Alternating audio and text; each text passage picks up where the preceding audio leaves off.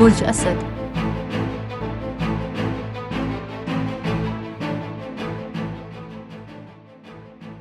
پیشہ ورانہ اور خاندانی محاذ پر یہ ایک اچھا دن ہونے والا ہے۔ آپ کو صرف اپنی محبت کی زندگی کے بارے میں محتاط رہنے کی ضرورت ہے۔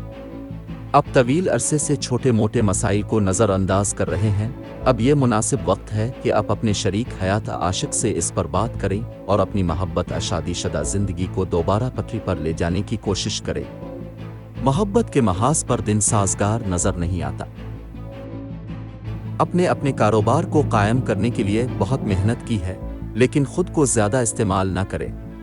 آپ پیشہ ورانہ محاذ پر پہلے ہی اچھا کام کر رہے ہیں۔ یہ بہترین وقت ہے کہ آپ اپنی ذاتی زندگی پر توجہ دیں اور اپنی ازدواجی محبت کی زندگی کو دوبارہ پٹری پر لے جانے کی کوشش کریں۔ مالی معاملات، مالیاتی محاذ پر چیزیں بہت اچھی ہو سکتی ہیں۔ آپ کا بینک بیلنس آپ کو پراپرٹی مارکیٹ میں سرمایہ کاری کرنے یا اپنے پیاروں کے ساتھ چھٹیوں پر جانے کی اجازت دے سکتا ہے۔ آپ نیا کاروبار شروع کرنے کے بارے میں بھی سوچ سکتے ہیں۔ گھریلو اور خاندانی معاملات، یہ گھر کے محاذ پر ایک آرام دہ دن ہے۔ آپ اپنے خاندان کے کسی فرد کے لیے سرپرائز پارٹی کی منصوبہ بندی میں حصہ لے سکتے ہیں۔ گھریلو ساز گھر میں ہم آہنگی کو برقرار رکھنے میں کامیاب ہو سکتے ہیں۔ کیریئر، ملازمت اور کاروبار، کام کے محاذ پر دن بہت اچھا لگتا ہے۔ آپ کو پیشہ ورانہ محاذ پر دلچسپ تجربات ہو سکتے ہیں۔ کام کی خفیہ معلومات کسی کے سامنے ظاہر کرنے سے گریز کریں ورنہ آپ پریشانی میں پڑ سکتے ہیں۔ کام کے محاذ پر سب کچھ ٹھیک لگتا ہے۔ صحت اور تندرستی، کسی صحت کے مسائل کی نشاندہی نہیں کی گئی ہے، لہذا پریشان نہ ہوں۔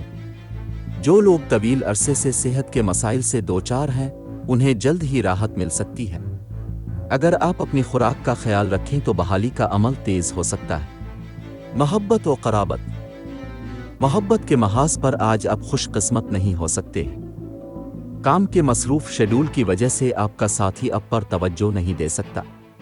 آج اپنے ساتھی کے لیے کوئی رومانوی منصوبہ بندی کرنے سے گریز کریں۔ اپنی مشکلات اور مسائل کے حل میں آسانی پیدا کرنے کے لیے صدقہ کریں اور ہو سکے تو بھوکے لوگوں کو کھانا عطیہ کریں۔ لکی نمبر 4، لکی رنگ زرد۔ آج کے دن دوستی اور رشتہ ازدواج کے لیے موزوں افراد۔ برج جوزہ، باقی تمام برج کے لوگوں سے احتیاط برتیں۔ آج کے دن ملازمت اور کاروبار کے لیے موزوں افراد۔ برج عقرب، باقی تمام برج کے لوگوں سے احتیاط برتیں۔